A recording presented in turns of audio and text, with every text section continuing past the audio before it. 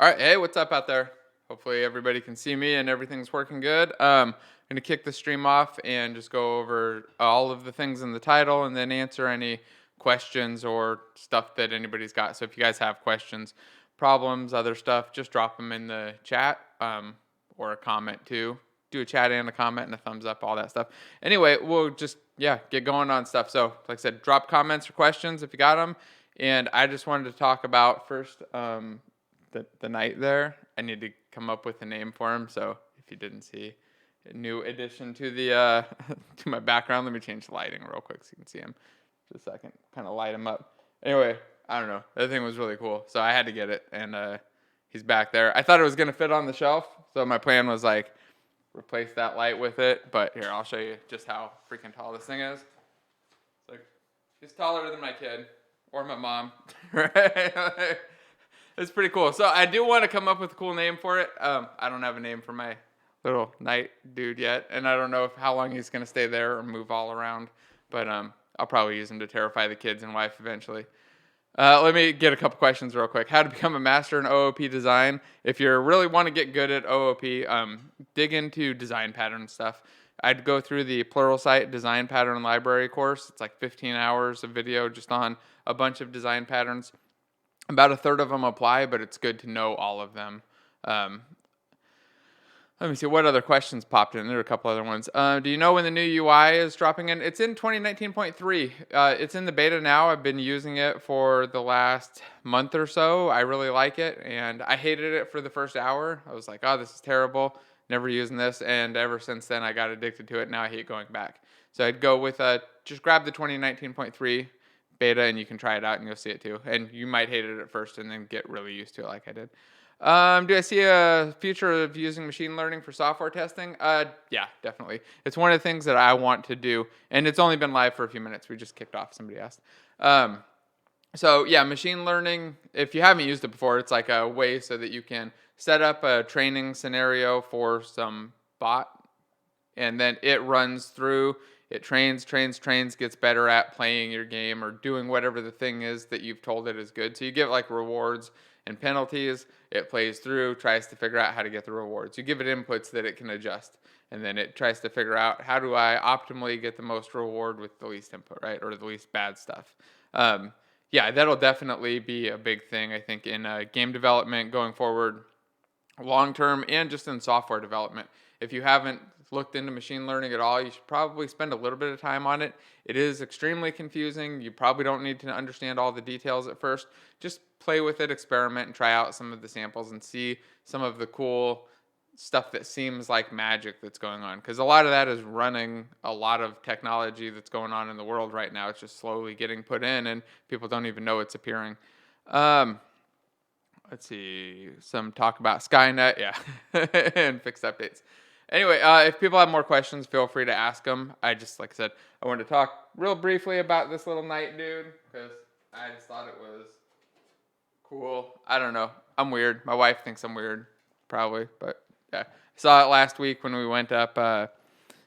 We went to this foster care thing, and then I didn't get it and came home, and I spent like the rest of the day just thinking like, oh man, I really should have bought that night. That little suit of armor dude. If I hadn't bought it, if I didn't buy him, I was like, I didn't buy him and he's going to be gone. And went back 3 days later. My wife's like, oh yeah, if it's still there, you can get him. Of course, she didn't think it was going to be there. She, of course, thought somebody else was crazy like me and wanted a little suit of armor. Yeah, she was wrong. So I got it. And now he's here. He needs a name. So if anybody has name suggestions too, drop them in. Have you do you play viewer-made games? Oh, I have in the past. I haven't done that like on a live stream, but usually if other developers or people that are learning have built a game and they want some feedback or they just want to share it, I usually just jump in and play.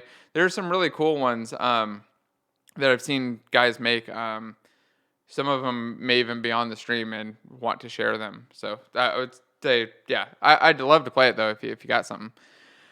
I want to know if you have plans to extend the 2D Dragon game, make it moving to intermediate things. Oh, okay, that's the beginner tutorial that I put up there. Yeah, I actually do. I was going to redo the whole thing in a single video too and make it go probably quite a bit longer, maybe because right now it's about an hour long tutorial just to cover the fundamentals, and I think I might turn it into like a 2 or 3 hour tutorial where we go over fundamentals and talk a lot more about what code is, how the code works, and extend things out a little bit more.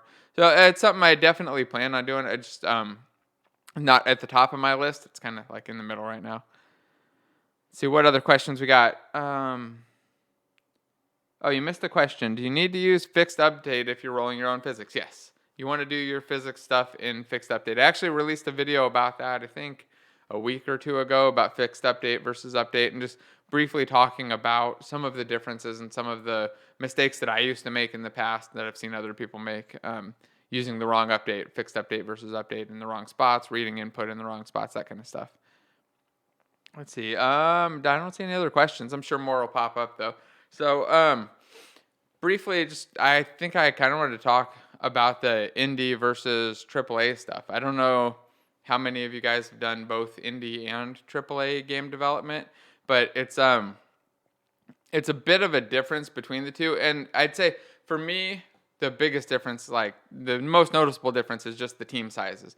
Right? If you're on a AAA team, your team is going to be huge. I mean, that's kind of the definition, right? You've got lots of money. You've got lots of money and usually relatively experienced teams that have built things, and they're building a big, giant thing. And the teams are really, really big. I mean, the first game dev team I joined was over 100 people on the team. We weren't all programmers, but the programming team, I think, was still probably 30-something people. I don't know the exact number, but it was right around a third programming, a third art, a third design, and then like 30 30 10, right? 30 30 30 10 or something with like other staff. And I don't know the exact numbers, but they're pretty freaking huge. And if you go to a smaller indie company or any indie game company, usually it's the exact opposite, where it's a couple programmers and not a lot else, maybe some artists and one designer. Where like I think I was wrong on those numbers there, because when I think about when my first SOE, we had more designers than anything, and I think that's because there's so much content to add to these games, and they're relatively less expensive than programmers. Like, probably get 2 designers at the entry level for the cost of a programmer. But we ended up, with big teams like that. And when you go on to these smaller indie teams, you have to take over a lot of that stuff, and you have to be able to like build things from scratch. It's a very different experience, but it's, I'd say, a lot more fun. So anyway, I just kind of wanted to take any questions people had on indie stuff versus AAA things, and I wanted to look real briefly through all these other questions because they're just kind of like flying by. What's a list of game architectures I should learn? There's not, I wouldn't say it just like that. There are a lot of patterns that you can learn though. So if you check out the game programming patterns book, it's full of really cool patterns that will fit into different parts of your game. So it's not like you build your entire game around the pattern, but what you do is look as you're building the game for interactions and gameplay things or just code systems that might match or seem like they're similar to one of those patterns, and then see how those patterns, when they're in a really well thought out form, match into your game, and then start using them relatively consistently when they make sense. Can I create a game like Inside with only 2 people? I mean, I'm sure you could. It's the guys that made Inside. I met them. They're really, really, really good at what they do. They're extremely skilled coders, from what I could tell, and they were really passionate too about the project. It seemed like they put a lot of work and a lot of energy into it. And I don't know their exact team size. There were 3 guys when I met them. I assume that there were probably a couple more on the team, but I think that they were pretty small team. So I'd say you probably could if you work hard enough at it and get enough practice. I wouldn't say like you're gonna make that as your first game or anything. It's an amazing feat of like just technology, the way that they've done it. Anybody that hasn't seen or played the game, it's like a side scroller where you run along for hours. It's just like hours. I think it's like 4 hours or something of just endless like going through the level. It's like puzzle side scroller game. Really nice, really well done, but it's like there's no loading, there's no cutting at all, and the way that they dynamically load things into the game and unload them and manage the assets and activate things is really, really impressive. And they did it all with early versions of Unity where the stuff wasn't nearly as easy as it is now. Now with addressables and stuff, I think that you could probably build a system close to that without too much difficulty. It wouldn't be easy because they're doing it with I think they're doing like no allocations or minimal allocations and no hitching. Like they have really good performance on it on mobile, or not on mobile, on consoles. I mean, so I would say, oh, it's an hour and a half. Okay, I've gone about an hour in, and somebody told me they spent 4 something hours in it. So I'm probably pretty slow. So even an hour and a half, I'm probably only like 30 minutes in. Like, let's see, what other questions do we have? Any plans for Oculus Quest multiplayer tutorial? Oculus Quest tutorials, definitely. Oculus Quest multiplayer tutorials, maybe. And it's mostly just because the networking stuff has changed again. So I kind of semi-invested myself into Unet, thinking it was going to be really cool and exciting. And it was, but then it got deprecated because it had some low-level issues. So I would say I probably won't do anything that's just Quest and multiplayer anytime soon, but I might do some Quest stuff. I'll definitely do some Quest stuff, and I'll probably do some multiplayer stuff. They just might not be tied together exactly, but it's not too hard to do a switch. Like if you're doing a regular 3D game and you want to do a Quest-based game or a VR-based multiplayer game, you really just have to keep track of the state of a couple of things. So instead of keeping track of just like your player's position and the orientation, if you're just keeping like state positions and stuff, you just have to keep track of also the hands, right? The head, the hands, and that's it. So you got to keep track of a couple more things. Obviously, if you want a really fast-paced game, though, you need to have a much better network system that's high-paced. But you can build all of the fundamentals and all the basics without worrying about too much scale. Without that, you're just going to run into giant scale problems as soon as you try to make it big. Can you make a living out of solo game dev? You can. I've met plenty of game devs who do. I've also met plenty of game devs who work on projects of their own and make a little bit of money on that, and then they do a lot of contract work on the side. So they work on other people's games, other people's non-game apps, which I've recommended it before. It's a big industry. There's a lot of opportunity for non-game apps, and they're relatively easy because you don't have to figure out what to build. You don't have to figure out the fun. You just have to show that you're building the app that gives the ROI, and you do it all in Unity, and it feels like you're building a very, very simple game, right? Like an app is like a game where you push a button and something boring happens, but it happened. Like, it doesn't have to be something exciting. You don't have to have cool, flashy animations and particles on them, but you can add them, and people get really excited that you added anything. And I'd say go that route if you're not sure. Get a little bit of contract work and build your own games when you're starting out, or unless you have the money to sustain yourself for long enough to get your game out and release it. But I wouldn't count on your first game just being a big hit. Okay, somebody said, thanks for the addressables. You're welcome, Ben. Glad that was helpful. Addressables have been really useful for me, too. If anybody hasn't looked into them and you're doing slightly more advanced stuff, if you're doing intro stuff and beginner stuff, don't worry about addressables. It's overkill for what you want to do. But if you're doing more advanced stuff, I'd recommend that you at least get familiar with it, maybe go through a video or two and see what the benefits are and see where the opportunity is, because it's not going to fit everywhere in your project, but there are going to be projects and parts of your project where you'd see that addressables and bundles and stuff can make a huge difference and give you a big payoff. So check it out if you're not familiar with that. Have you ever had any trouble managing egos in AAA versus indie? Now, I would say I haven't had the trouble myself with managing it, but I have seen like other people have to deal with that, where sometimes people get too big of an ego and just start to be a dick. Like people just get mean, or they get and it's usually, I wouldn't say it's even like intentional. It's just that people feel like the things that they want to do aren't getting valued high enough, and that people aren't taking them seriously enough. And sometimes it's just a case of like people want everything that they say to be done, and if you don't do one thing that they want, then they're going to get upset, and it's going to turn into a nightmare. I'd say try to minimize those. Usually what happens is people like that get in, they do a lot of really cool stuff, and they're just like they're doing good production stuff. They're making things, but they're also kind of dragging the team down. And I haven't really seen that much. Like I'd say there was probably a bit of that at Sony. I didn't really see that in many of the other things. I mean, we had situations where we would have like major disagreements about what to build. Like, should we even be building this game or should we be building this other game?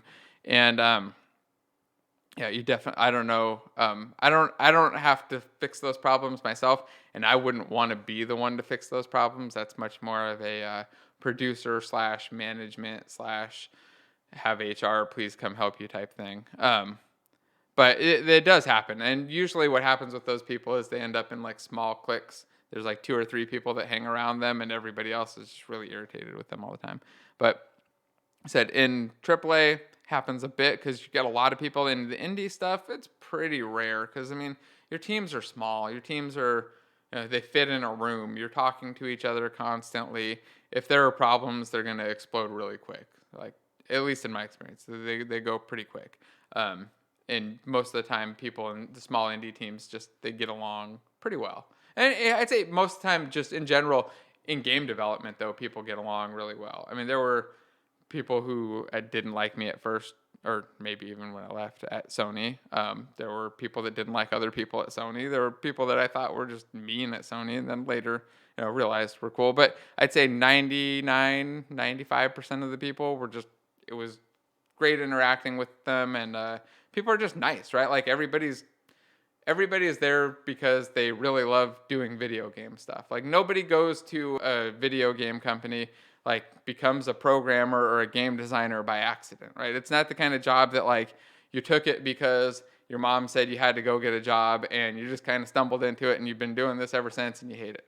I say nobody. There's going to be somebody out there who that's their story, but in general, that's not the case, right? And when you go to a lot of other jobs, a lot of people just stumble into the thing that they did by accident. They're not really interested in it. They just know it pays. Okay, like even just general software. So if you talk about like a game programming versus non-game programming, I've never met a game programmer who wasn't obsessive and really into it, who didn't just love building games, coding, and like have this obsessive personality of I got to learn how to write code and I got to learn how to make games. I'm going to make all this stuff.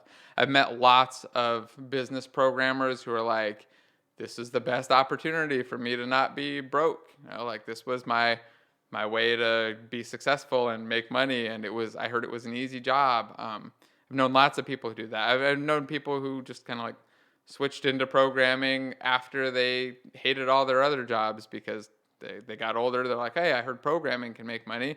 And they switched into it and they do it and they get the job done. But they're not obsessive and into it like everybody who I've met that's a game programmer. I've never met anybody like that's a game programmer that doesn't just love what they do. They might not love their job. They might hate their job. They might be like, hey, this is the worst game company ever, or game companies are terrible. But they got into it because they love what they do. And most of them, realistically, like majority of game developers tend to love their jobs. By the way, I see a bunch of likes appeared. Thanks. Drop in more if you guys got them. This is the first time actually watching the little charts and stuff while I'm talking. Somebody said awesome videos. Thanks. Thank you. Indie is fun. AAA is all business, right? In general. No. So in my experience, indie companies tend to worry a bit more about the business stuff because they're usually relatively cash strapped. So they're doing when you're working in an indie as a contributor, like a developer or something, you tend to have a lot more insight into all of that businessy stuff, into what's going on, into what the pressures are, and having to interact and respond and react to those things. In the AAA stuff, it's usually like, there is a plan, we have a plan, unless you're the guys setting the plan. There's a plan, you kind of have this list of things that are going to get done. You'll have some input on it, of course, and like there'll be code meetings or whatever team you're on to figure out who's going to do the thing. Usually there's a good idea of who's best at whatever thing and who's going to do it, who's got the availability. But you talk and go back and forth and figure that out. But there's not the plan of like, how are we going to make more money in this quarter, or what are we going to do to get more growth up? What code things can we do? Like that kind of stuff happens a lot more at the indie level, like trying to worry about the analytics and the driving of things for a programmer. Of course, that's because when you go to the AAA, a lot of that responsibility has been pushed off to other people. And that's kind of the big difference, is that when you're in the indie side, you're doing a lot of things. You're doing a big variety of things, but it's really tight knit. AAA, a lot of the tertiary stuff is pushed off, so you can really just focus on the one thing that you know. Of course, that also means that you're constantly just doing the one thing. If that's what you like, it's awesome. If you want a variety, you got to kind of bounce around back and forth maybe. So let's see. We had a couple more questions. Everyone says composition is better than inheritance, but wouldn't we have a lot of repeat code when we use interfaces? Yes. So you could have a lot of duplicated code.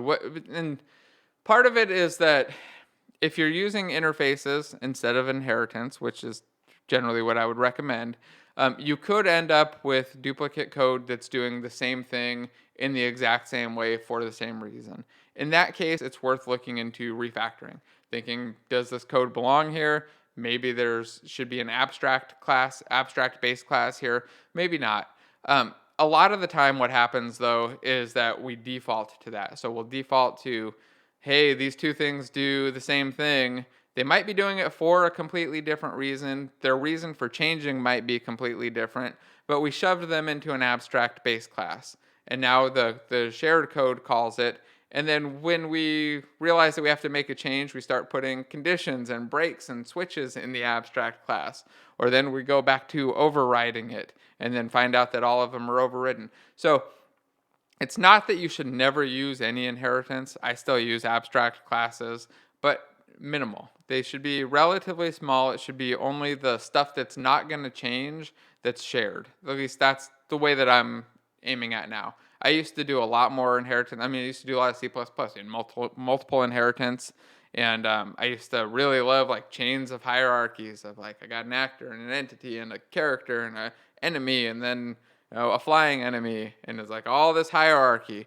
And then it bit me in the ass way too many times. I found so many problems with it that I hated and so many issues. And it got so hard when I wanted to make like, well, what if I want this guy that sometimes flies, but sometimes it switches and it swims? Now I've got to like totally change everything, or I got to add in weird conditions, and the code just becomes a mess. So I fought against it for a while, but I would highly recommend just giving composition a really, really strong try. Just dig in, force yourself to do it, and you'll probably start to see the payoffs really quick. Let's see. I do lots of jobs for companies, everything from apps and VR. The problem is I can't show anything to outsiders. Yep, I signed an agreement that forbids me from showing others. Is it a big problem to get new jobs? No, it depends. It does make it a little bit harder if you can't show things at all. And I know exactly what you mean. Sometimes we get these contracts and we have to sign an NDA and you can't show it. If you show it, they can sue you. And you're screwing up a relationship and breaking a deal and agreement that you made that you weren't going to show the thing off. What you can usually do with those is say, hey, depending on who it is, a lot of the time they'll let you mention that you did it and maybe even like have a little screenshot, like a brief thing about it. But you want to talk to them, to the people who you're working with, and just get it kind of in writing, at least in an email. I don't know what the legal requirements are, but if they approve it, see if you can get them to approve you talking about it just a little bit. Usually what I'll do is like, hey, I'm not going to tell any details about it. Is it okay to say like, hey, I worked on this project that does this thing loosely. It's under NDA, so I can't talk about it, but that's it. And, or like a problem that you had that you solved in there. And that's a good way to, if you can get a problem that doesn't break the NDA that you can mention and talk about, that helps a lot too. But getting more things that you can talk about on your portfolio is good. Even if you can't show them the code and show them the project, just explaining the thing. Most of the time, people don't want to see the project, the thing that you built, unless it's a game or something relatable that they can play. Like they don't care. They don't want to see your business app because it's just not going to make sense to them in the context of what's going on or why they would hire you. And they don't want to see the code because they're just not going to understand the code and know whether or not it's good. So I'd say just be able to talk about the things is ideal at least. Let's see. Record some videos and try to show them during the interviews. I'm not sure what that one was. I may have missed something. Sorry. Then there's a bunch more questions. Let me just go back through. And if anybody's got more questions too, just feel free to drop them below. Just hit the like button when you drop the question. Let's see. I really like working on AAA games. You don't need to worry about a lot of other things. That is very true. And you can focus on what you're good at. And if you really want to specialize in something and you really want to get good at a very specific thing, it can be a good way to do it. Like if you want to become just an expert graphics programmer, working at a company that's doing that, that has a team of programmers working on just the visual stuff, you're going to learn a lot. Now, it's going to be hard to get into those, but you can definitely once you get in, you're going to learn all kinds of new stuff. You're going to learn crazy new tricks. You're going to learn how things are done that, in the AAA world. It's really cool. You get a lot of benefit out of it. I wish I had done that on the visual side. I got a lot of that insight on the game server side, but I never really got to do the visual part. And that's part of the problem with AAA stuff. And I say it's a problem, but it's not really a problem. But one of the bigger differences is that when you get in on a AAA project, a lot of the time you'll be working on that very same thing. So it's a positive, but it can also kind of shoehorn you into one thing. Like I could have easily stayed just doing tool development forever when I was working on games. I started off in tools, and had I not forced myself out of it, I would have stayed in tools forever. Right? Like there's no external pressure when you're in a AAA company to go learn new other things and switch over to do new things.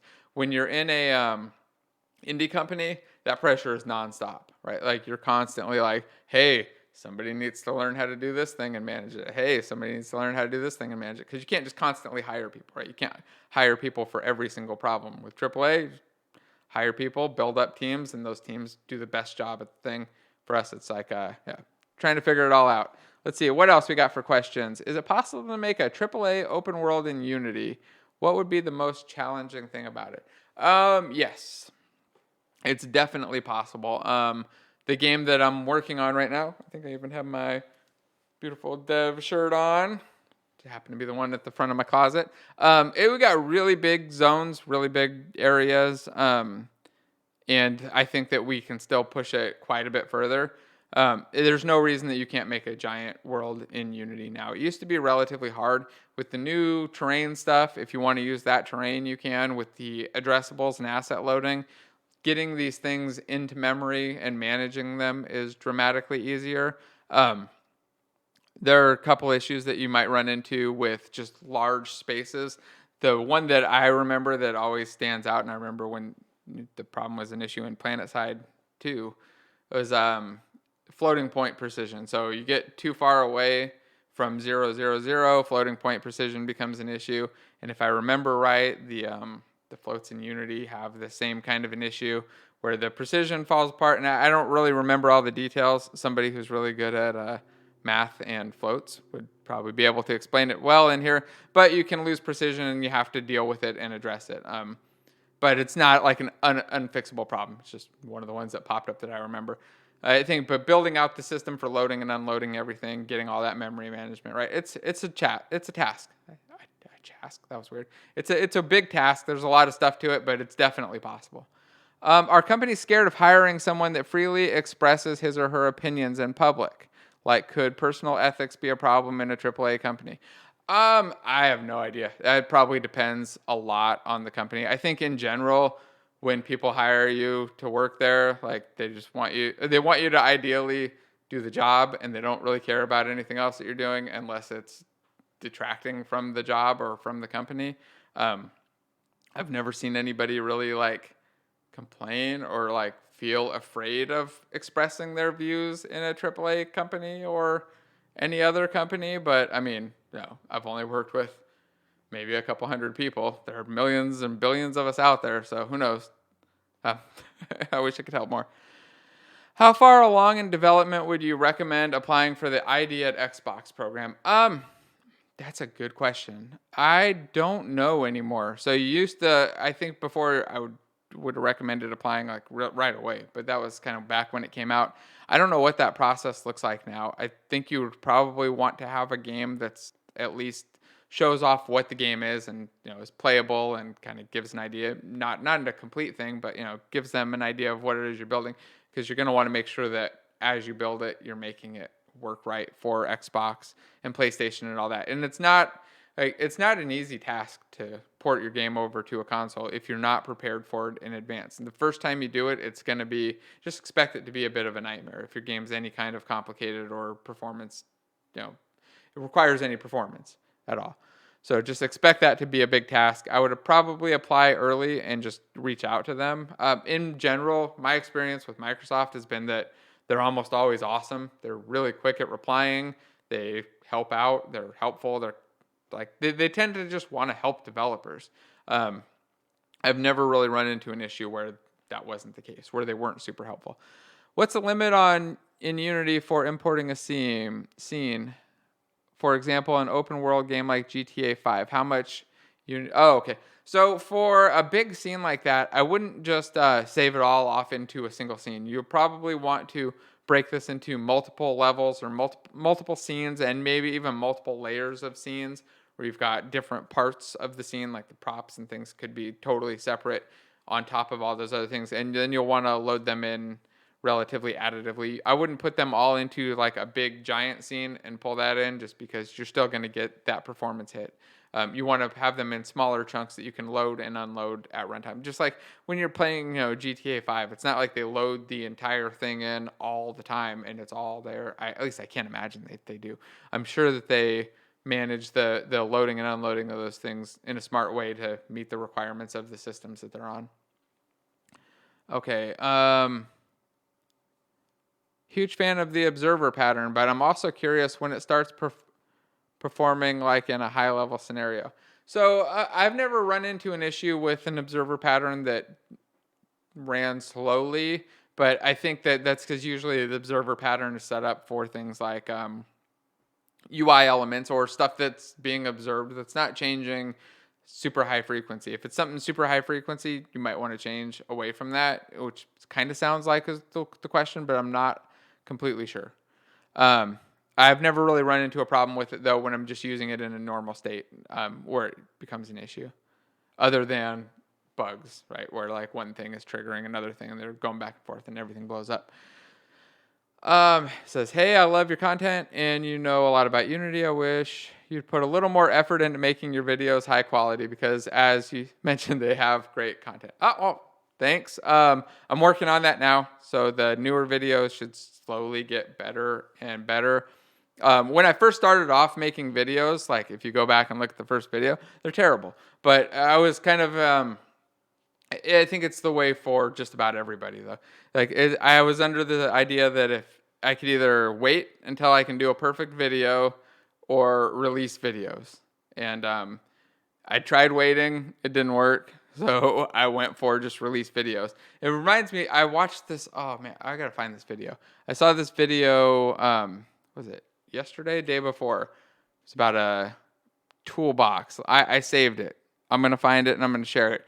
But the entire point of the video was about not waiting, not just sitting around and waiting until you have the perfect tools. Or I'll find the video. Search for toolbox thing. It was Bright Side, I think it said. Bright Side toolbox thingy. I'll find it. I'll post it on the comments down below whenever I find it. I just don't want to make you guys sit and wait. But it was all about not waiting, not just sitting around. Like it's very easy to go, hey, I'll go do this when I have these things. Like I'll paint the wall when I have the right paintbrush. I don't have the right paintbrush. Yeah, toolbox fallacy. That was it. Thank you. Or I'll code this game once I have done, these other three things, or once I've learned this thing, or I'll wait until this new version comes out, or I can't do it until I get a new computer. My computer's just too slow. I'll never, once I do that, it'll be faster. So I'll just wait until then. And people just wait and wait and wait and wait. Yeah, toolbox fallacy, passion of the nerd. Thank you so much. So I just check that out because it's a trick or a trap that a lot of us fall into. Everybody.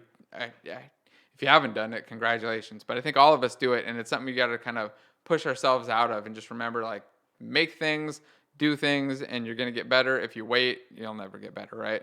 So, yeah, anyway, all that was just me blabbing about how I'm trying to make my videos better, but I had to, the early ones are going to be pretty bad because I started off just like, all right, I'm going to do them.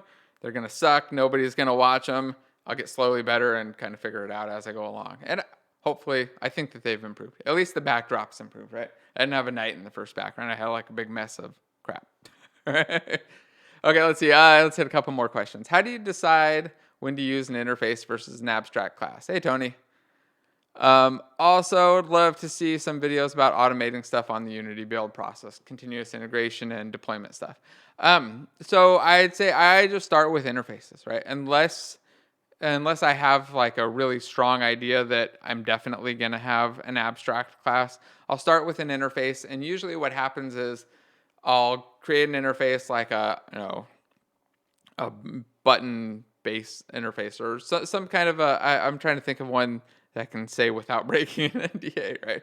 But I'll come up with an interface, and if I start to see that I'm implementing the same exact functionality or like the same little bit of fun, like I have a weapon component, right? And at first there was an eye weapon component, and then they all had a reuse delay. Every single one of them has a reuse delay. The way that works does not change. It enables on reuse, it's set, and it has the time that it's going to be available and a bool for whether or not it's available. That doesn't change. So I just make that, what I did is take that set of interfaces, take that little chunk of code, extract it into a base class. Just because I knew I was going to implement the same thing 20 times, right? And I didn't want to do that. But I start with the interface first and then go to abstract classes. I used to do the exact opposite, but then I realized that my code turned messier and messier, and I started putting conditionals and things, and stuff just got way, way worse. So interfaces first, then abstract class. What are things to what things need to focus on when for beginner game programs? I have basic knowledge about C# and I'm beginning to use Unity. Learn the editor. So if you know C#, a lot of the code stuff is going to be relatively simple. Some of it's going to seem weird. You can be like, why the hell would I do that? That doesn't make sense. It seems bad for performance or seems like a wasteful thing. Like I should be able to do an easier way.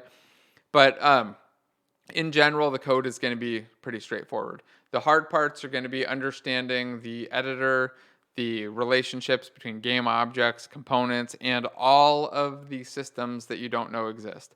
So I think my pinned video on my channel is the top Unity mistakes.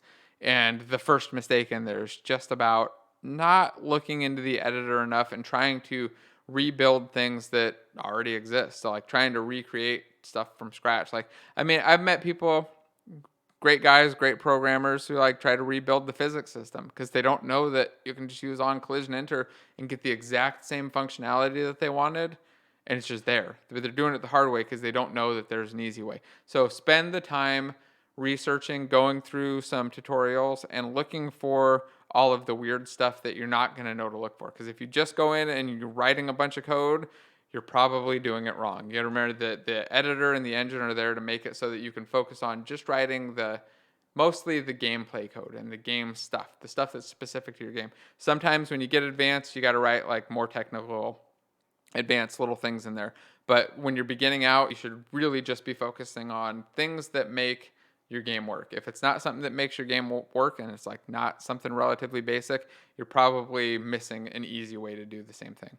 And definitely when you want to do a thing and you start to do it, look for how people have done it. Don't go with the first one. Go for, look at a bunch of different ways, because there are a lot of people that'll show the wrong way to do something or the hard way to do something, or they're just figuring it out. So try to find the right way and the easy way to do things. And most things are just way easier than you would expect. Like most things that people come over to when they want to make a game and they've done lots of programming, they expect like all these things are going to be hard and this one thing will be easy. And it's usually the exact opposite, right? Like all the things you think are going to be hard are already thought of. They were hard. Somebody made them easy. All right, let me take a drink and jump on the next question.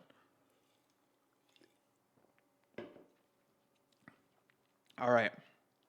Is it safe to meet somebody online and make an indie game together? Being partners, can we do international agreements and share the money? I have no idea.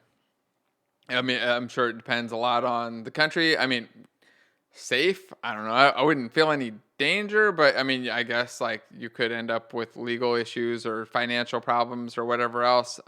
If you just meet somebody randomly online and make a game and don't have much of a plan, I wouldn't expect there to be much money to share.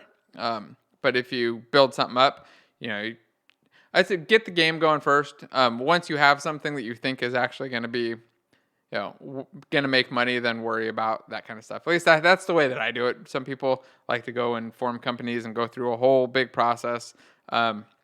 I'd rather just skip all of that and make sure that there's actually something worth doing first. That like I have a game that not only I think is like cool and awesome in my head, like the grand vision of it, but is a game that I can actually execute on, release, and it's going to be as cool as the one in my head, and other people are going to think it's cool. And until I'm at that point, I'd just start building, get stuff out there. Let's see, more questions. What's your opinion on visual scripting in Unity with Bolt? Is it a good entry point for beginners just starting to code? It depends. It depends on your goal. If your goal is to be a programmer, it's not the kind of thing that I would recommend you stick with very long. Maybe a couple weeks and try to figure it out. You really want to get into the coding side of it because while Bolt and visual scripting can really simplify things and give you a lot of power, you have way, way, way more power if you can just write the code. If you can write the C# code, you can do anything you want. If you're using a visual scripting system, you can eventually get to what you want, but it's not nearly as easy. But I do like visual scripting for game designers. What I like to do is set up a visual scripting systems so that game designers can write their own scripts for controlling AI, gameplay stuff, events, stories, all that kind of stuff, right? So I like to use them for that. They're not bad, though, for games. They're just not ideal. Like you should really get into C# and just learning how to code if that's the kind of thing you want to do. That said, though, like I've got my buddy Julian, an artist, made his own VR game, all visual scripting. He did almost all of it, just had a little bit of help. Well, I say a little bit. Watch his buddies like, oh, I did a ton, but he did mostly visual scripting to run the entire game. It worked fine. Game worked and came out. So you can do it. I just would recommend, unless that's just not your thing and you're like an artist and you want to do that, go to C# and just learn to code. If you're interviewing, somebody asked if Unity is still far ahead of Unreal and mobile. I don't think so. I don't know the situation. So I mean, on actual deployments of games, yeah, I'm sure they're dramatically ahead, right? Because there are way more mobile games built in Unity. For capabilities, though, I would be surprised if there was anything that Unity could do that Unreal couldn't do on mobile as well.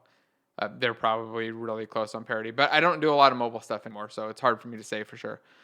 If you're interviewing a game dev and I show you all the game that I made from Unity tutorial, not made from a single game myself, what would your response be? Yes, no, maybe something. Okay, so it depends. If you mean like the code is all just like you copied it from a tutorial, followed it along, and that's it, then it's not really you writing code, right? It's just kind of like showing that you can follow along with tutorials.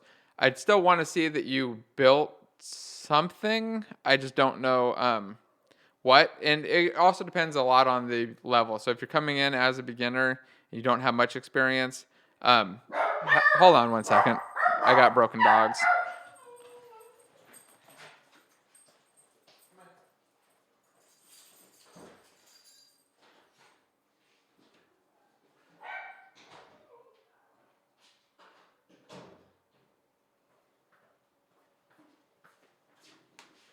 All right, dogs barking. People came home. Dogs go crazy. It's the usual.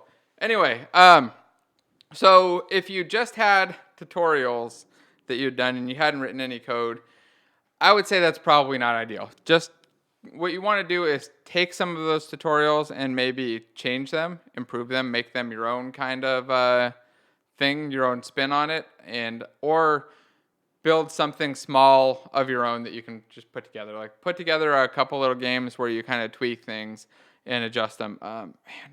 Yeah, I got some cool ones. I should check and make sure I can share them first, though. It was a really cool example. One of the guys showed in the meetup that we have every week.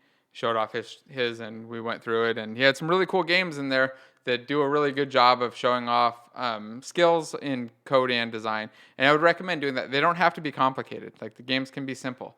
Just make them a little bit unique, make them play a little bit funny, and polish them. Really polish them so that they look and feel good. Doesn't mean they have to have beautiful visuals, like AAA visuals. One of the games is like an asteroids clone. It's little triangles, but it's polished, right? You get the menu set up, you get everything feeling right, you get the visuals looking good. Do that. It'll make a bigger impact than just about anything you can do. Just having one really good game example. Okay, let me scroll back up because I missed a couple questions when the dogs went wild. By the way, it's a giant pit bull, a little poodle, and a tiny dog too, a little terrier guy. That somebody asked what kind of dogs they were. Okay, let's see. What other questions did we have? Somebody wants more content. Why abstract classes?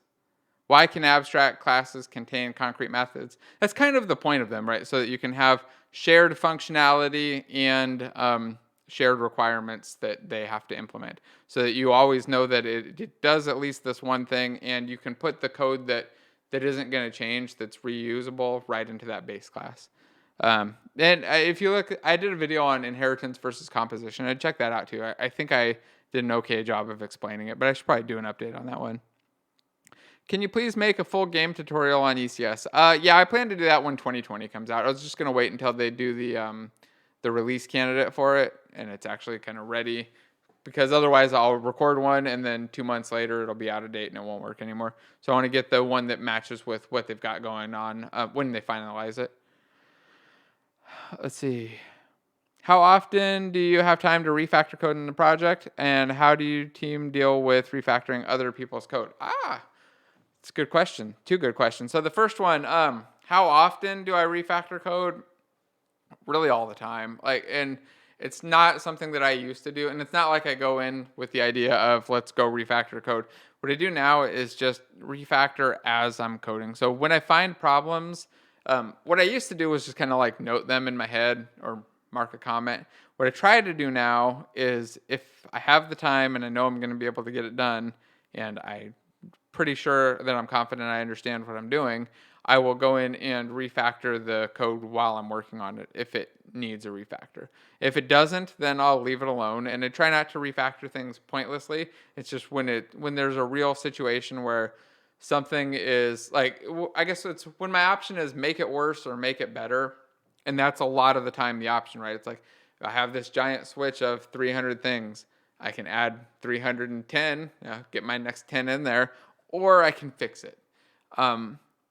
As long as I have the time and I'm relatively confident I can do it, I'm just going to go in and refactor and fix it. But the other thing I like to do now, for the last year or so when I'm refactoring my Unity code, is try to get unit tests on it too. So I'll refactor it.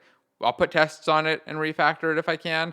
If not, then I'll refactor it into a way that's testable. If I can't refactor it into a way that's testable, I may delay myself a little bit and wait and try to figure out a way that I can do it so that I can actually make it unit testable. Because I feel like if I'm refactoring it and it's not testable still, I can't put it under test, then I just don't feel good enough about it. I don't know that I'm not breaking other things, and my code isn't good enough that it can be testable. And again, this applies on bigger projects, right? We're talking like building things like, big MMOs and stuff, not on smaller things. On smaller things, I'll probably just refactor it right away because the code will be small and manageable. All right, what other questions did we have? Let's scroll down there. Do you publish games? I do not publish games. I mean, I built a bunch of games and released them, self-published some in the past, but I don't publish other people's games or anything. Let's see. A video on timeline for basic animation stuff. That actually would be good. I want to do more on timeline. They've expanded it out. If anybody hasn't seen the timeline stuff before, you probably should check it out. At least be familiar with what it is and that it exists. But it kind of allows you to do almost like movie directing in a game. So if you ever saw like old Adobe Flash type stuff, it's kind of like that times 1,000, where you can set up a scene of stuff that's going to happen and all these, a timeline of all the things that happen and animations and events and all kinds of stuff, and fire it all off and sync it all up, control the cameras, and do really cool stuff. So if you want to do like cool cut scenes or even some cool gameplay stuff, it's really, really interesting. It's just gotten pretty complicated. There's a lot to it. So when you get past like the very basics, it gets a little bit complex. I'll probably do a video on that though. Maybe I'll do like a beginning video and then dive into the deep stuff, or maybe just one big long video that starts off assuming you know nothing about timeline and going into stuff that I don't even know yet. It's a good idea. I'll write that down. I'm getting like this nice big list of ideas here on my notebook. I don't want to share them. It's a secret. Okay, let's see. What else we got? Hello from Russia. Hello. Nice armor. Thank you. Thank you. That's the new knight guy. He still doesn't have a name yet. I don't know what I'm going to name him. Got to come up with something. But yeah, that thing's awesome. I told my youngest son I was going to put some red glow in there and some smoke up and then just put it outside my teenage daughter's room to give her a little scare at night.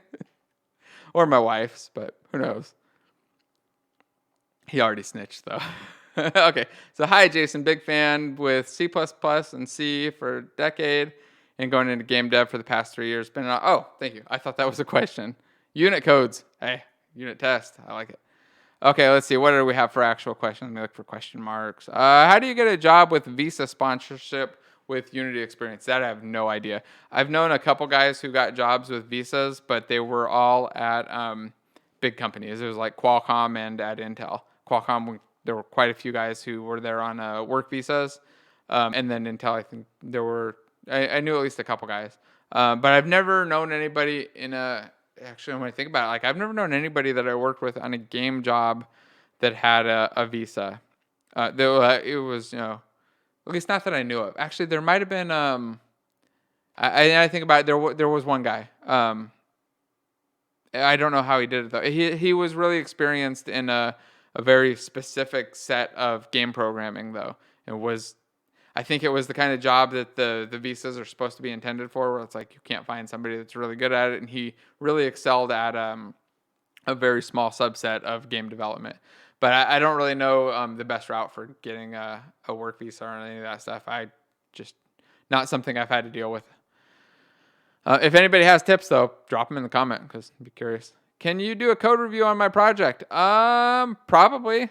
Send me an email. It's just jason@unity3d.college. Code reviews are one of the things I want to get back into. I had a little series where I was doing some of them, but they're just really time consuming, and it's something I want to get back into, though. So if you got one, send it over. I'll take a look, and if it makes sense and we can release it, we'll do that.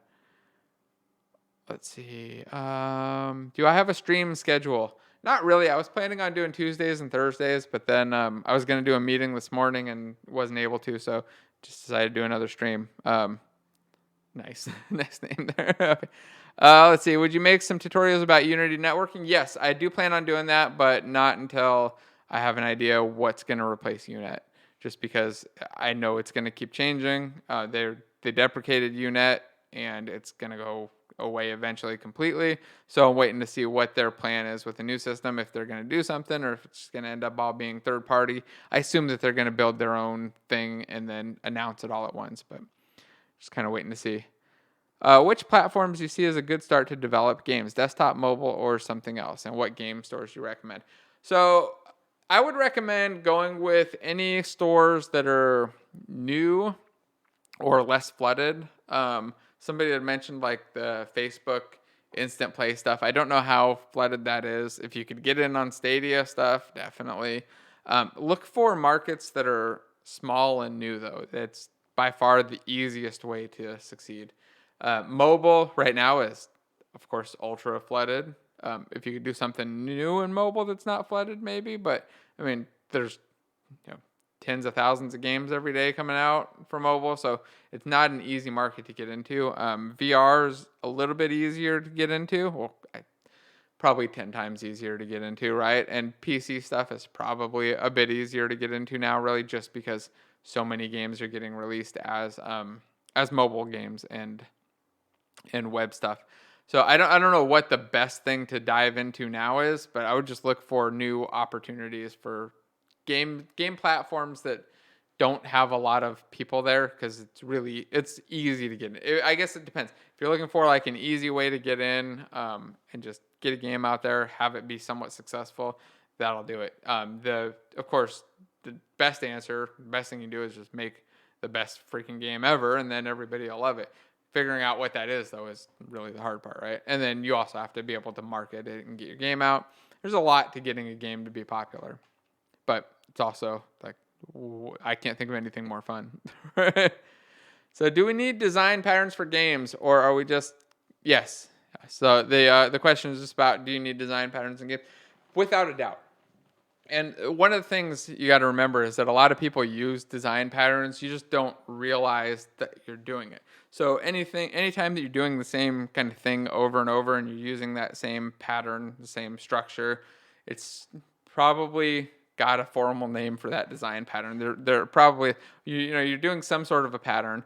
Usually there's a formalized version of it though that is just, and I say formalized, it's really just the experience of people. People did it, they kept doing it, and they're like, hey, this works, this makes sense, it's logical, we can explain it, and it makes sense and works for our game or our project.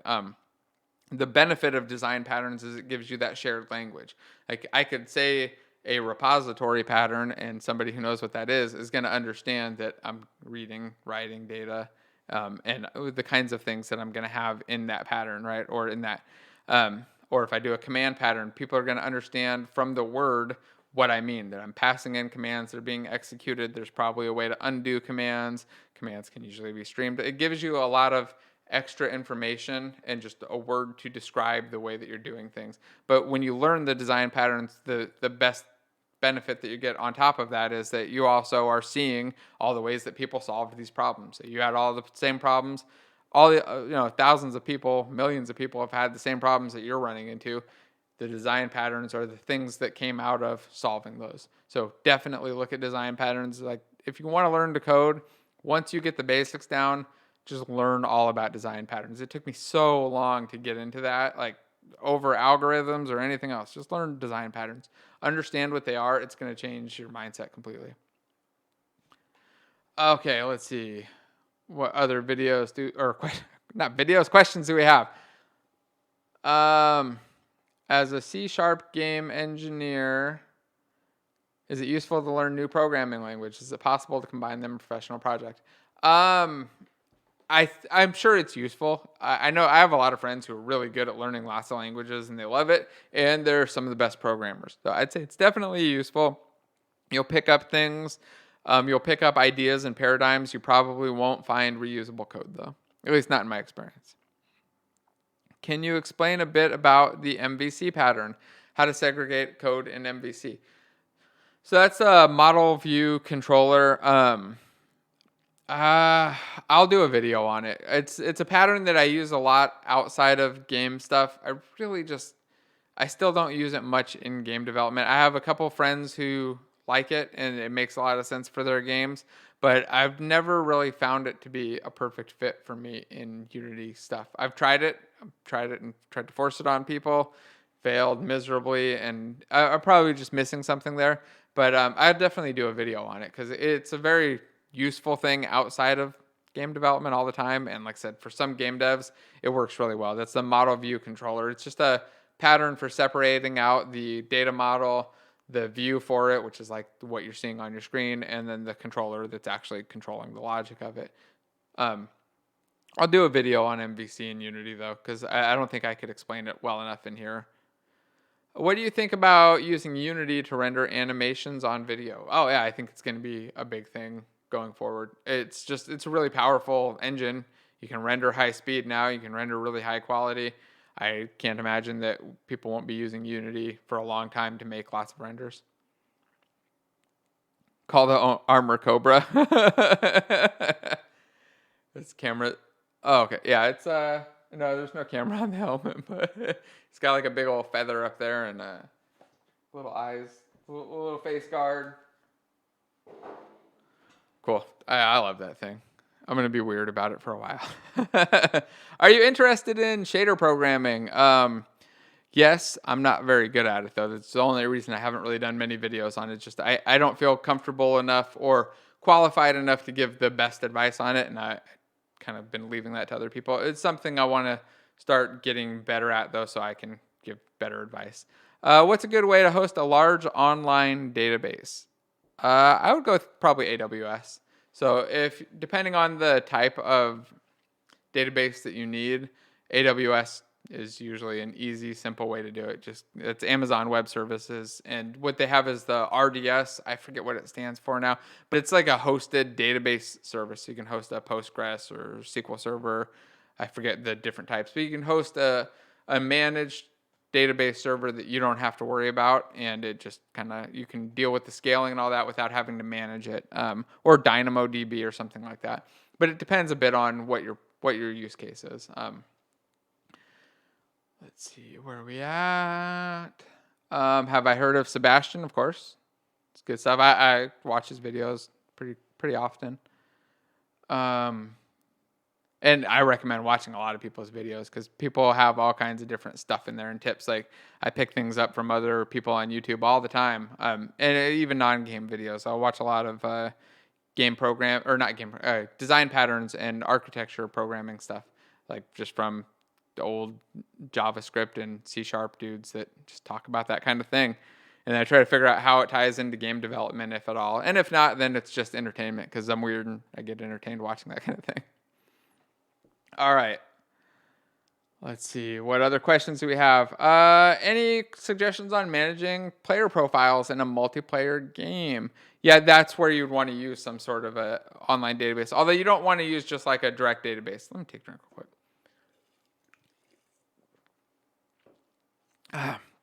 Sorry, your game should never be making like a direct call to a database. Maybe if it's a server and it's running on, in a server cloud or something, it's running in AWS instance, then fine. But your game clients, never, ever, ever, ever, ever, ever let them directly connect to a database. If you do, you're just asking for a disaster. There's no positive there. So what you're going to want there for like profiles and storing multiple players, some sort of an online service.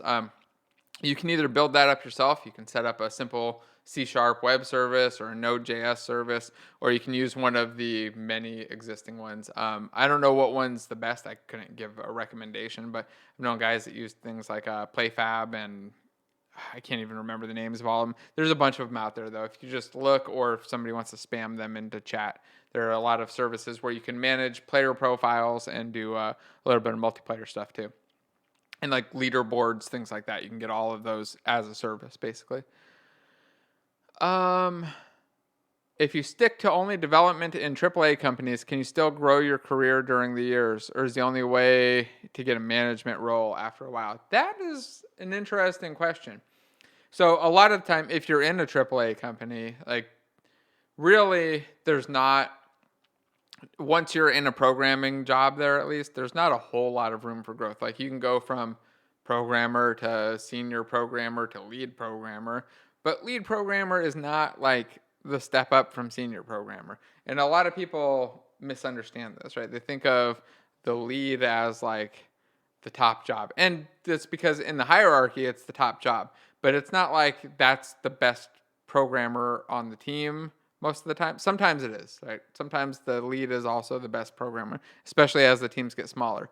But as it gets bigger, the lead is generally the person you want to be the lead is the person who's best at managing the team and keeping everybody on track, keeping things moving forward. You don't necessarily need the best programmer to do that. And it's not necessarily a job that the best programmer wants to move up to. I've met a lot of really, really good, really like excellent senior programmers had zero interest in being the lead because they know that once you're the lead, you're not just solving the problems. You're not just coding and fixing the issues.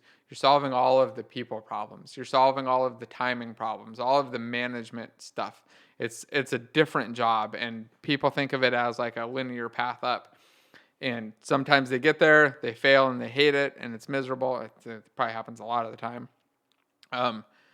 And a lot of time people just stay at that senior position. And then there's not really, like you said, if you're staying in one company, there's not much room for growth at all because you're going to be doing the same thing. Now, you could be at a company where you're doing brand new, awesome, exciting things every time. Like every time you're iterating and you're pushing the boundaries, right? If you're building one of the top AAA games, that's what you're doing, right? You're pushing the boundaries of the hardware, seeing what kind of crazy stuff you can do. Those can be really fun and you're still constantly learning and growing. It is possible, though, to fall into the trap of just doing the same thing for 10 years. And it's the same, it's not just a game dev thing, right? This happens to all programmers. You can get into the position of, I've got experience, but it's, I've got 10 years. So you have 10 years of experience doing different things all 10 years, or I can have 10 years of the same year doing the same thing over and over and over. That's where you get screwed. When you're doing that one thing and you're not doing more things, you're not growing, you're going to run into a lot of problems, because once that job falls apart, it gets really, really hard, and you find out like, hey, I'm way behind. Now I'm like a junior programmer again. Maybe not exactly, but when you're looking for jobs, you're struggling fighting against them because your skill set is just out of date. So you want to make sure that you're not doing this. Don't fall into that problem at least. And the other thing you can do is just go into new companies. Like the best way to get a raise, really, switch companies. So you take a new job. Easy way to get a 30 to 50% pay increase a lot of the time. So yeah, don't stay somewhere forever. Just because you're comfortable. Make sure that you're doing whatever is going to be best for you long term and kind of matches your long term goals. Doesn't mean like go out and quit your job right away because it's not your long term goal, but figure out what those long term goals are and then push towards those and work towards those. Don't just stay steady and comfortable for too long, or eventually you end up being sad about it and regretting it. Let's see. What do we have for questions? Do you work with dots right now? Not right now. Look at it briefly, look at it a little bit, but I haven't run into a scenario where I felt comfortable shoving it into a game just yet. But 2020 is the year for that. Can learning Python and AL and ML help game development? It can, but you don't need it, right? Like it's another one. It kind of falls along that, hopefully not in that toolbox fallacy. It's certainly not something that's going to add a lot of value to it. If you already know game development, cool, then learning those things can help, especially if you have a way that you can integrate it in. If you don't have a way that you can integrate it in and use it in your project, though, then I would say it's probably a fun distraction, but I wouldn't expect to get a lot of value out of it. Maybe go do it, learn it, have fun with it, enjoy it. It's a hobby. Some of us like to do code as hobbies. That's me and probably half you guys in here. So do that, but I wouldn't expect to get a lot of value out of it for your game development side. Let's see. Can some same person do modeling, texturing, art, and programming? Yes. So it's possible. I've known two guys that could do that who were good at art, texture. Like they could do models, they could make textures, and they could code well. And the other thing, they're also really good at producing. They could also manage a company, be producers, and do all that stuff. Those are the only two guys I've met that were really good at both. I've met plenty of people who can do like a little bit of modeling, a little bit of texturing, but they're programmers. Like that's not their thing. They can do like okay code or art, but an artist is still going to blow them away. And I've met artists and designers who could do a little bit of code, but in general, it's rare. It's really, really, really rare that you find somebody who's really proficient at both. So I wouldn't expect that to happen. And if you do, it's awesome. Like those people are really cool, but they also tend to, they've got a lot of things to do and they're bouncing all around the place. Let's see. Can the person build an open world game? Yeah, same kind of thing. I mean, building an open world game is a lot about some technical expertise on how to get it right and fast, and then having a design and an art style and a plan to make it worthwhile. Because you can build the giant world, if it's big and empty, nobody cares. Let's see. Can you make videos about the patterns and how you would implement them in games? Yes. So I have a series of game design patterns. It's on the channel. Go check it out. I go over a bunch of them, not all of them, but it definitely hits some of them. Or I think it's like 7 or 8, something like that. And the solid principles too. So if you haven't heard of the solid principles, definitely check them out. Oh wow, there's a lot of chats down here. If you haven't checked out solid principles and you're interested in coding stuff, yeah, definitely learn that stuff because it's really interesting and it'll make your code just better. Do you think it's better to make your characters inside Unity? No, make them outside and import them. How can we get the pixel position on a sprite? That I'm not sure. Like the screen position on it? Yeah, it's not something I can think of offhand. How can we use scriptable objects in the best way? I saw many people use it for inventory power-ups and stuff. Less tutorials on how to use them properly. That's interesting. So there are a couple ways I've seen scriptable objects used. Sometimes people use them for data. And that seems like kind of what you're talking about there, to store data and info. And I think that that's a really, really good use for them, unless you happen to need like a database for giant scale. But if you're just shipping a game that's not an online game with server authoritative stuff, scriptable objects I think are a great way to store that data. Sometimes people also use them though as a pass through or a manager object. I'm less of a fan of that. Like I understand the value of it and the reason for it. It's just not something that I've found to give me enough benefit to do. And usually it's because they want to be able to assign those things and link stuff up. But I'm such a C# nerd that I just prefer it all to be more in code, less in those related references. So I just generally go with kind of the tutorials that you're talking about, where they put all the data in there and that's it. But maybe I'll do one on how to store large amounts of data and stuff in there too. That'd be interesting. Let's see, what other questions? I'm going to hit a couple more and then I got to get out of here by like 11. I'm supposed to take a kid to a movie. So let's see. Do you think learning by watching videos and YouTube is better for some than reading docs? Yeah, I mean, reading documentation is not a great way to learn. It's a good way to learn very specific details about a thing, and sometimes it's a good way to get started. But if you're reading documentation on something as big as Unity, like the docs are just so enormous, you couldn't I don't think you could read them and keep up with them as fast as they're updated and changed. And you'd never be able to really pull all of that info in. So you want something that's a little bit more directed, like they have lots of good beginner videos on how to get started. I'd go with that instead of the docs. And then I read into the docs when I'm using a new feature and I'm not sure how it works, or I'm just kind of a little bit curious about it. So when you get into a new thing, go take a look at the docs, look around. You might see some cool stuff, but I wouldn't start there as like a way to try to learn it. Just because it's too big. It's not like building one of those shelves where I can look through the instructions. I can absorb it all and understand it and do it in a day. This is like reading the docs. There's too much there. Let's see. Would you use server side and PHP to make a chat window? No. Mostly because I just wouldn't use PHP. I'd probably stick with C# for everything, just because, hey, we're building the game in C#. Keep it all in one language. For chat, I don't know what I would use though. It depend a lot on the game. Let's see what other questions that we have. I just want to ask, how can you work with game dev in a country where there's no one to work with, no companies? Oh, that's a tough one. Um, I don't know. I mean, it depends. If you can get external or out of the country jobs, that's good. And maybe you might be able to get contracts. You may be able to get onto, depending on where you're at. I don't know the rules and stuff, but one place that I've used before in companies to hire people from outside the country was Upwork. And we've actually hired programmers on there to do projects, to do small things. And it might be a good way, probably not to get a long-term, like permanent type thing, but it'd be a good way to get some smaller contracts, maybe that get you contacts where you can start to reach out to people, because it sounds like there's just nobody around that's doing the same kind of things. So you might be able to make more contacts and reach out to those people. The other thing I'd do is just start talking to more developers online, get more involved in online game development community in general, and eventually you're going to meet people who will just refer. I mean, I refer people to jobs all the time, and I know a lot of almost every other developer I know refers people to jobs all the time. They ask me, they ask other people that we know. So knowing people is the best way to get a game dev job by far. The easiest way to get a game dev job. So just start to reach out and talk to people.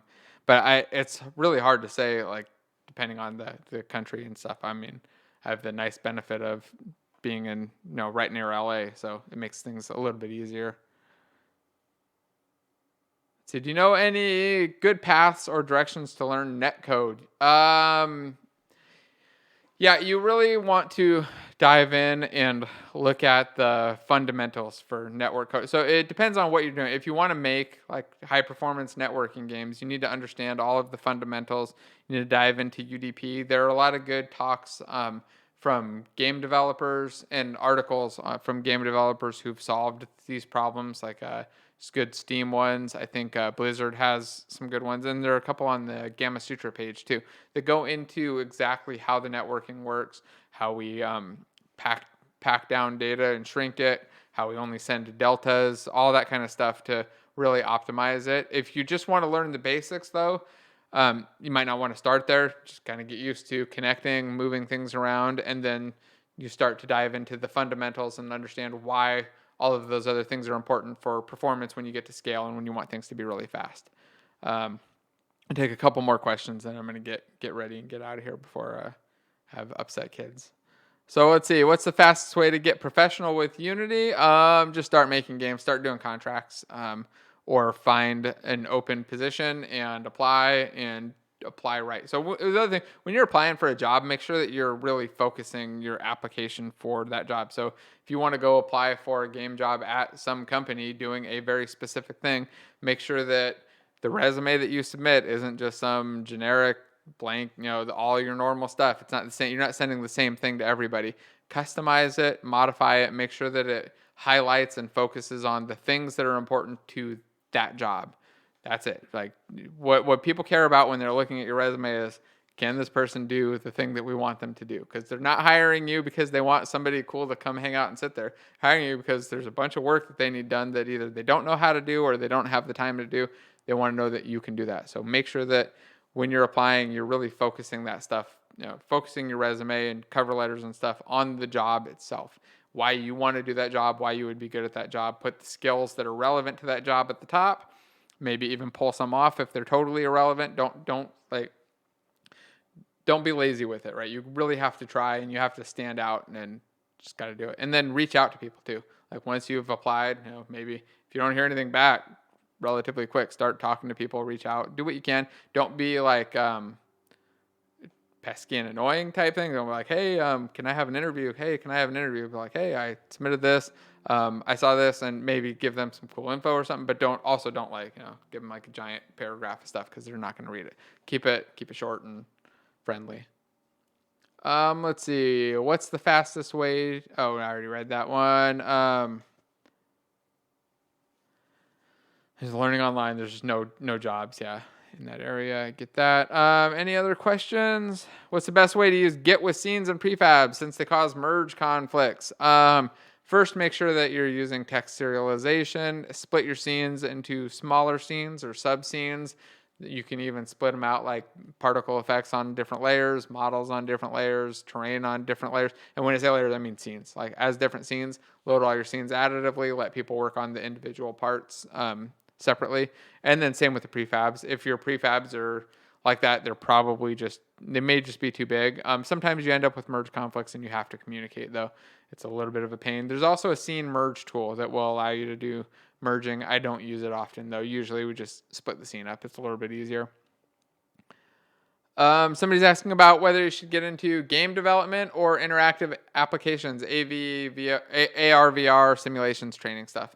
It depends. If you really want to make games, then just make games, right? Because that's the fun part. If you need the money, you really want to make the money. The apps and interactive stuff is an easy way to do that because it's like building easy games, right? When you build an app, it's like building a game for kids, right? The complexity, and I say that it's just because we're not pushing the bounds when we build apps in here. Usually, we're not really pushing the boundaries at all. We're just doing relatively basic stuff. So I'd say do that if you need the money, or do both. Do contract work doing the apps and build your games as you're getting better and getting into it more. Do I have any experience using Unity with an LMS? Not really, no.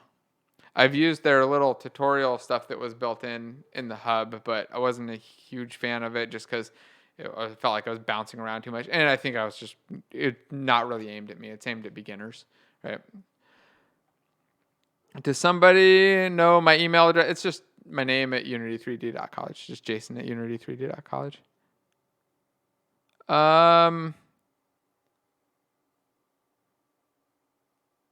Cool. Let's see. I'm gonna answer the last two questions at the bottom and then wrap it up. What's a realistic way to slowly start building towards your own game studio and company?